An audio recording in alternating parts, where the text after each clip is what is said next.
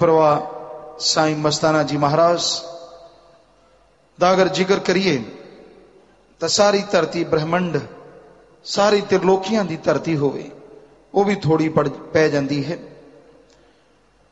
सारे समुद्रां च सारे पर्वतां नूं पा के मथ के शाही बनाई जावे, सारे बनास्पति दे पेड़ पौधे होण उन्हां नूं कलमां बना लईआं जाण और हवा लाइट प्रकाश तो भी तेज गति नाल अगर कोई लिखण लगे तद भी सच्चे मुर्शिद कामिल साईं दी उपमा नहीं की जा सकती। बड़ा ही मुश्किल है, बड़ा ही मुश्किल है। सूरज नूं दीपक दिखाउण दी तरह है। फिर भी इसका मतलब ये नहीं कि असी गाउंदे नहीं या गावांगे नहीं।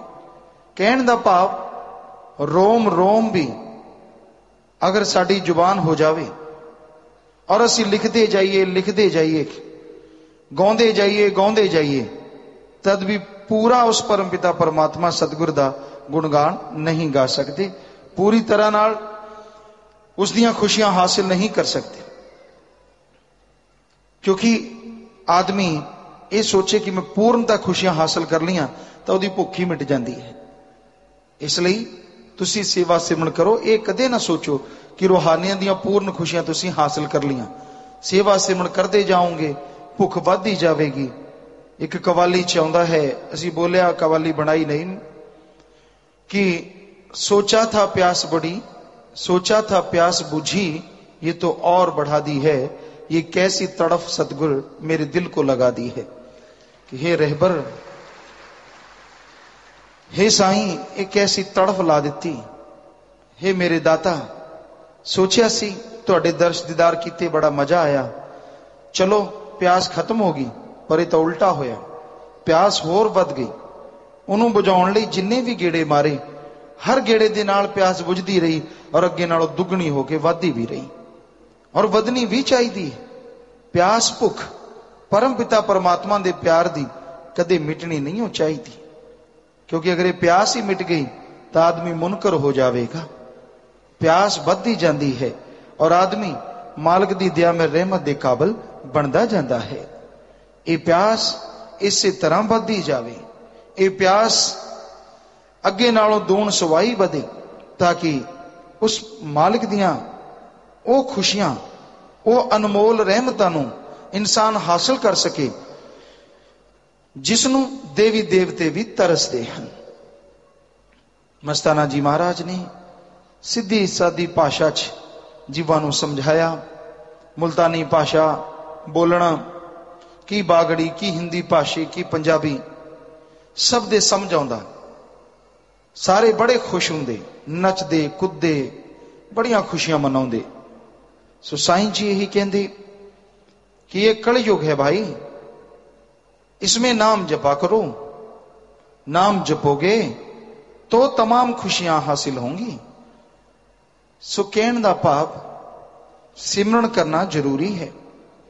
कईयां नूं हुंदा है, परम पिता जी दी समझदा जी, कईयां ने चिट्ठी भी पाई, कहंदे सी सिमरन बनया बनाया लै जाओ भाई, सत्संग ते आ जाओ। वो तो हुण भी कई गुणा मिल रहा है, क्योंकि उन्हां दे वचन सन कि दिन दुगनी रात चौगनी। वो तो यदा मतलब अगर उदों 100 गुणा मिलता सी, हुण 400-500 गुणा मिलता है। वो तो मिलना ही मिलना है। पर उन्हां दे पवित्र वचन कि आउण वाला समा माड़ा है, सो ये समा माड़ा है, इहदे विच तुसी चंगे बने रहो। समा माड़ा है, उहदा प्रभाव तुहाडे ते ना पवे, समा माड़ा तुहाडा कुछ ना बिगाड़ सके, इस दे लई सिमरन करना जरूरी है। वरना सत्संग विच आउण दा फल पहला मिलदा सी, हुण भी कई गुणा मिलदा है, सिमरन दा भी फल मिलदा है, पर वो तुहाडी आत्मा दे खाते च जमा हो रहा है। इस शरीर च जिउंदे जी अगर खुशियां हासिल करना चाहते हो तो सिमरन करो और सेवा करो, क्योंकि कीता गया सिमरन तुहाडे मन दे लगाम पावेगा। असी ये दावे नाल कहंदे हां, चाहे किसी आदमी ने किन्ने भी सत्संग सुन ले होण, किन्ने भी सतगुर दे दर्शन कर ले होण, जब तक बचना नूं मन के सिमरन और सेवा नहीं करता, ओदा मन ओदे वश च नहीं हो सकता। ये असी गारंटी दिंदे हां। की भरोसा केड़े वचन मनण देवे, केड़े ना मनण देवे। मन बड़ी ताकत है। बड़ी भैड़ी ताकत है, क्योंकि सौखे जी जो वचन मन्ने जान ਉਹਨੂੰ ਤਾਂ ਜੀ ਆਇਆ ਕਹਿੰਦਾ ਹੈ, और ਜਿਹਦੇ थोड़ा ਜਿਹਾ पसीना आउण लगे उदों ही रंग बदल जाता है। सो मन दी जड़ी चाल है शातराना चाल है, बड़ी तेज चाल है, शतरंज दी चाल। आदमी चलता है, सोचता है, चल दिंदा है, लेकिन ਉਹਦੇ ਚ ਤਾਂ एक निश्चित हुंदा है। जाणकार खेडण वाले जानते हैं, घोड़ा 2.5 ਚੱਲੂ जी, ये टेढ़ा ਚੱਲੂ जी, आ सीधा ਚੱਲੂ जी, आ 1 कदम ਚੱਲੂ जी। सारे खिडारी जानते हैं, पर मन का यह नहीं ना पता कदों टेढ़ा ਚੱਲੂ ते कदों पुट्ठा ਚੱਲੂ ते कदों सीधा ਚੱਲੂ, कोई भरोसा नहीं। बड़े ही खतरनाक चाल है, बड़ी ही जबरदस्त चाल है। सो मन दियां चालां तो अगर बचना चाहते हो तो रब का नाम जपना बहुत जरूरी है। अज घोर कलयुग का समा है। तुसी किसी का भला करोगे तो आदमी कहता है ये तो रब की रहमत होगी, और अगर तुसी भला करते हो आदमी का फिर भी बुरा हो जाता, उन्होंने घाटा पै जाता है, फिर भी वो आदमी ये कहता है कि तुसी बुरा किया है। दद्दा दोष ना काहू दीजे, दोष कर्मा अपने, जो मैं किया सो मैं पाया, दोष ना दीजे अबर जना। दूजिया नू दोष क्यों दिंदे हो? जिद्दां दे कर्म करते हो उदां दा फल मिलना है। कर्म करने बंद कर दो, तुसी सुखाऊ हो जाओगे, सुख चैन नाल जीवन गुजारन दे काबिल बन जाओगे। इसलिए किसी नू दोष ना दियो। नचना आवे ना थोड़ा बेड़ा विंगे। सो ये अजीबो गरीब गल्लां हैं। कहण दा भाव सिमरन खुद नहीं करता, सत्संगा सुन के अमल नहीं करता, फिर कह दिंदा है गुरुआं च फर्क है, नाम दी कमी है। वो तू खुद किन्ना मनना भले मानसा, कदे खुद भी सोच लिया कर। असी देखिया है साध संगत बड़े बचन मनदी है, मालक दे बड़े प्यारे हन, योद्धा हन, लेकिन आम दुनिया किस तरह संगत नू यूज करती है और बाद की सिट्टा निकलता है वो असी हमेशा ही देख रहे हैं। हुण भी यही सुनने चाह रहा है। कोई भी वोटां दा जिक्र ले लो, किसी काम का जिक्र ले लो, अगर साध संगत किसी को कहती बाई जी तेरे नाल है, जित गया, तो पता की कहता है साडे विकास ने जिताया, और जे हार गया तो कहता नहीं संगत ने हराया। एडी उल्टी खोपड़ी हुई पई है। शायद अल्लाह ताला जरूर सिद्धि करेगा, क्योंकि उससे तो ही उम्मीद है, और कोई सिद्धि नहीं कर सकता। कदे भी शाबाशी नहीं मिलती। कोई भी कहने का भाव ये नहीं असी किसी पार्टी या किसी आदमी नू कह रहे हैं, पर यह सानू सुनने नू मिल रहा है हमेशा तो।